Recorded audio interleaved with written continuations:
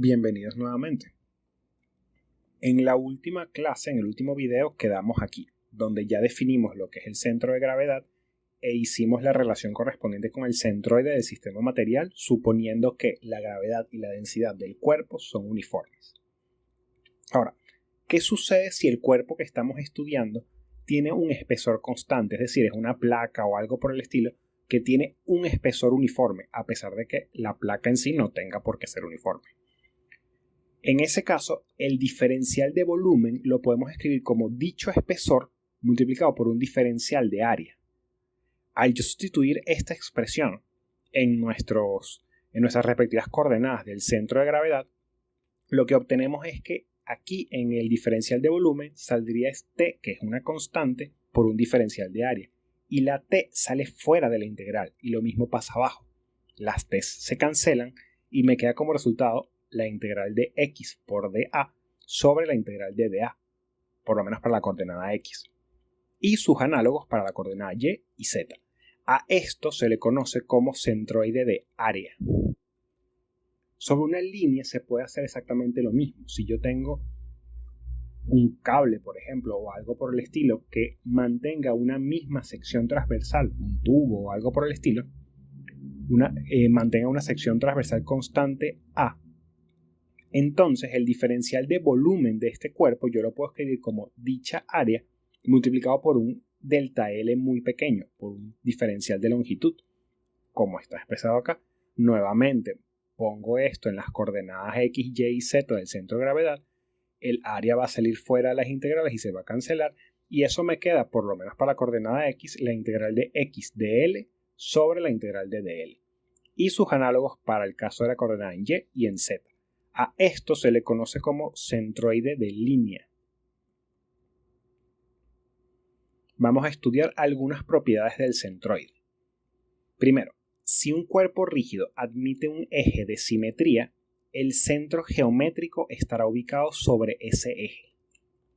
Segundo, si un cuerpo rígido admite un plano de simetría, el centro geométrico estará ubicado sobre ese plano.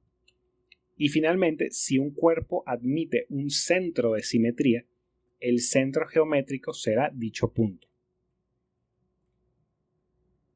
Estos son algunos casos típicos de centroides en el plano, que realmente ya los hemos medio visto con las fuerzas distribuidas. Si tenemos un rectángulo, su centroide, ¿dónde está ubicado? Bueno, esto tiene realmente dos ejes de simetría, uno vertical y uno horizontal. Esos ejes de simetría pasan exactamente por la mitad de la altura y la mitad de la base. Por lo tanto, sus coordenadas del centroide o del centro de gravedad pasan por B medios y H medios, en X y en Y respectivamente. Y el área de esta figura se calcula como B por H. Esa es la información expresada aquí abajo. En el caso de un triángulo, salvo que B y H sean iguales, no tiene un eje de simetría.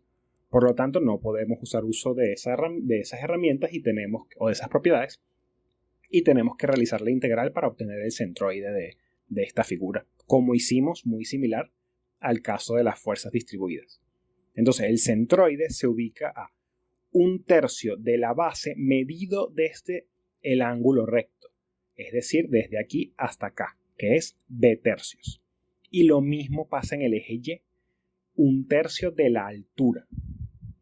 Entonces, la coordenada x de ese punto C es B tercios y la coordenada Y es H tercios. Y el área de esta figura es la base por la altura sobre 2.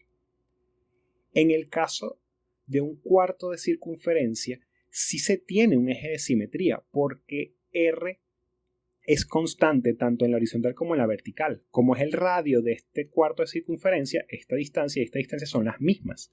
Entonces, esta figura tiene un eje de simetría que es el eje Y igual a X. Por lo tanto, el centroide de esta figura tiene que estar contenido dentro de este eje. Si nosotros realizáramos la integral para obtener dónde está ubicado ese centroide, con obtener la coordenada X o la coordenada Y sería suficiente. Y de hecho, fíjense que X sub C es igual a Y sub C, que es igual a 4R sobre 3pi. Y el área de esta figura es pi r cuadrado sobre 4. En el espacio, podemos calcular también los centroides utilizando nuestras propiedades de simetría. Por lo menos en el caso de un cubo de dimensiones A por B por C, nosotros pudiéramos picar este cuerpo a la mitad con un plano paralelo a XY. Eso nos genera esta figura que está acá. Si nosotros picamos nuevamente, pero ahora con un plano paralelo a YZ, nos queda estos dos cortes. Este paralelo a YZ y este paralelo a XY. Y esos dos planos se cortan sobre este eje que se muestra acá en rojo. Finalmente podemos cortar otra vez con otro plano de simetría paralelo a XZ y me quedan todas estas intersecciones que se ven acá. Esas intersecciones caen sobre un único punto que es el centro geométrico de esta figura.